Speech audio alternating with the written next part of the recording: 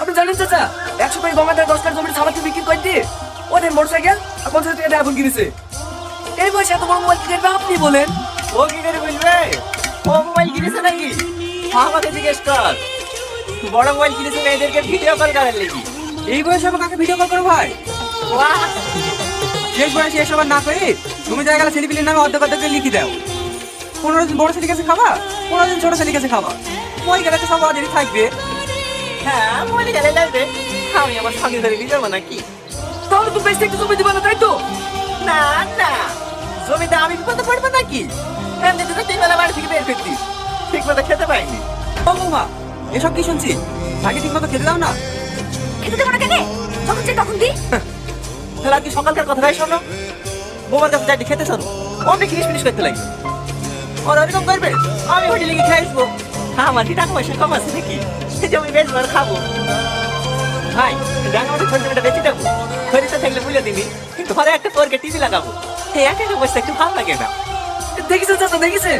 এইভাবে চলতে দেখলে একদিন বাড়ি পর্যন্ত বিক্রি করে দেবে। আরে না না, মাখন 20 বিঘে আছে, আগে ওইগুলো শেষ করি। কবে চাকরি দিও? এবারে চাকরি আমার ইচ্ছে করি না।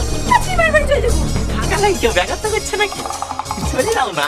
ও দেখো ওইদিকে গিয়ে জমি দাও না? এই কথাটা বারবার করে বললু। বড় ডাইকো না, ও আমার জমি দেবে না। আমার কথা তো শুনবা না।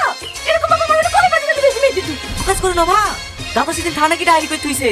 দাদু কিছু হয়ে গেলে তোমাকে ছোট মাকে আগে ধরবে। খাসির বিরিয়ানি তো? ঠিক আছে ঠিক আছে, 2 প্লেট তৈরি আমি আসছি। আচ্ছা বিরিয়ানি খেয়ে আসছি। হ্যাঁ হ্যাঁ।